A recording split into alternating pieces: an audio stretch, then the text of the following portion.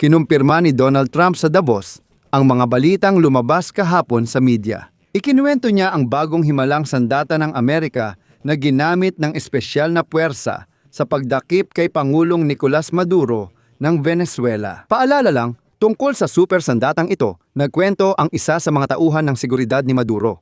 Ito ang dahilan kung bakit hindi halos tumugon ang sandatahang lakas ng Venezuela sa operasyon ng mga Amerikano. Sinabi ni Trump na gumamit ng lihim na teknolohiya ang mga sundalong Amerikano sa pagdakip kay Pangulong Nicolas Maduro ng Venezuela noong Enero 3, sandatang gumagamit ng tunog na wala sa ibang bansa.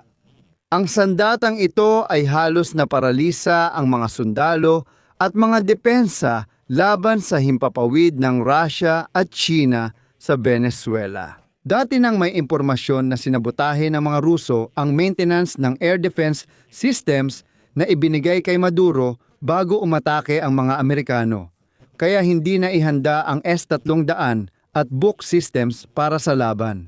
Pero ito ay isang kawili-wiling pag-amin mula kay Trump na bahagya lamang na kinukumpirma ng iba't ibang impormasyon sa loob, ngunit wala nang iba pa. Tara, suriin natin ang sitwasyong ito at ang sinabi ni Trump. Ako si Alexi Pechi. Tara't pag-usapan natin ang paksang ito. Pero bago tayo magsimula, hinihiling ko na mag-subscribe kayo sa channel, mag-like at mag-iwan ng kahit anong komento sa episode na ito. Malaking tulong ito sa YouTube content at lubos akong nagpapasalamat. Bukod pa dyan, mag-subscribe din kayo sa aking Telegram channel na Pechi News. Ang link ay nasa description ng video na ito. Doon kami nagpo-post ng mga balita agad-agad kapag may bagong impormasyon. Sa Davos World Economic Forum, sinabi ni Donald Trump na gumamit ng lihim na teknolohiya ang mga sundalong Amerikano sa operasyon laban kay Venezuela. President Nicolas Maduro noong Enero 3. Sandatang tunog ang gamit na wala pang ibang bansa. Mayroon tayong sandata na walang ibang nakakaalam. At masasabi kong siguro mas mabuting huwag na lang pag-usapan. Pero mayroon tayong kamangha-manghang sandata. Kamangha-mangha ang ataking iyon, nasagot ni Trump sa tanong ng mamamahayag tungkol sa posibleng paggamit ng hypersonic na sandata laban kay Maduro.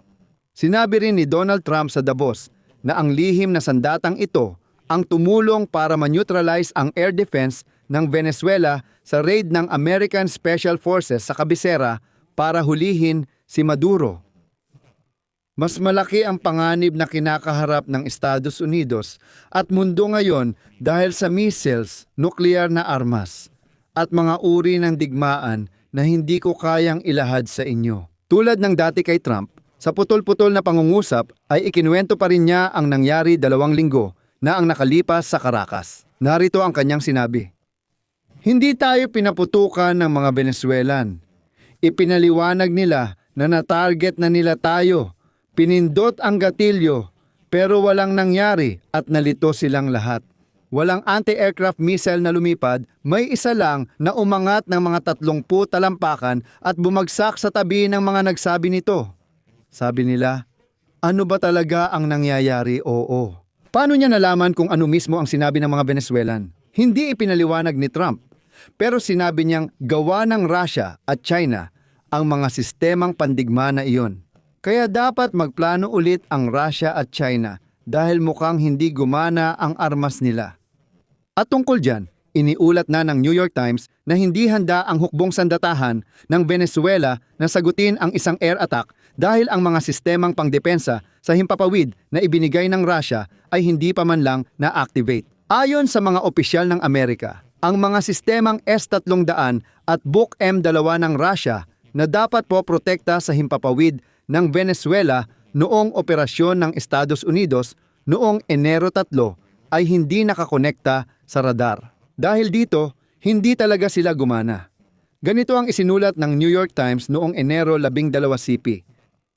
Noong 2,000 siyang bumili ang Venezuela ng PVO systems mula Russia. Nagpadala sila sa bansa ng Buk M2 at S-300 sinit na raketa. Gayunpaman, ayon sa mga source ng New York Times, hindi nagawang mapagana at mapanatili ng Venezuela ang operasyon at teknikal na pag-aalaga ng mga sistemang ito. Kulang din sila ng bihasang espesyalista para mag-asikaso ng sandata. May mga bahagi ng sistema na hindi nagamit noong operasyon. Ang mga tao ng korupsyon, mahinang lohistika, at mga parusa ay tiyak na nagpalala sa kahandaan sa labanan ng mga sistema ng air defense ng Venezuela. Ang sariling pangangailangang militar ng Russia sa Ukraine ay sadyang naglimita sa kakayahan nitong suportahan ang operasyon ng mga sistemang ito sa Venezuela. Sa kabilang banda, dapat nating alalahanin kung paano noong 5 ng Enero si Ministro ng Depensa ng Estados Unidos na si Pete Hegseth na para bang may alam siya ay mapanuyang nagsabi na noong operasyon ng Estados Unidos sa Venezuela, hindi raw masyadong gumana ng maayos ang mga sistemang pangdepensa ng himpapawid ng Russia. Narito ang CP.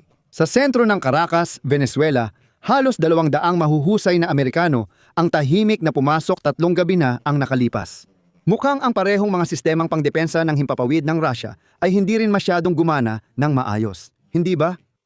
Sa pagsusuri ng mga larawan, video at satellite images ng mga resulta ng pag-atake ng Amerika sa Venezuela noong Enero 3, lumabas na ang ilang kagamitang pangdepensa sa himpapawid ay nakaimbak lang at hindi gumagana noong pag-atake. Pinapatunayan nitong ang mga sistemang Ruso ay nasa papel lang at kahit gusto nilang gamitin, hindi nila magawa. Pero may isa pang bagay.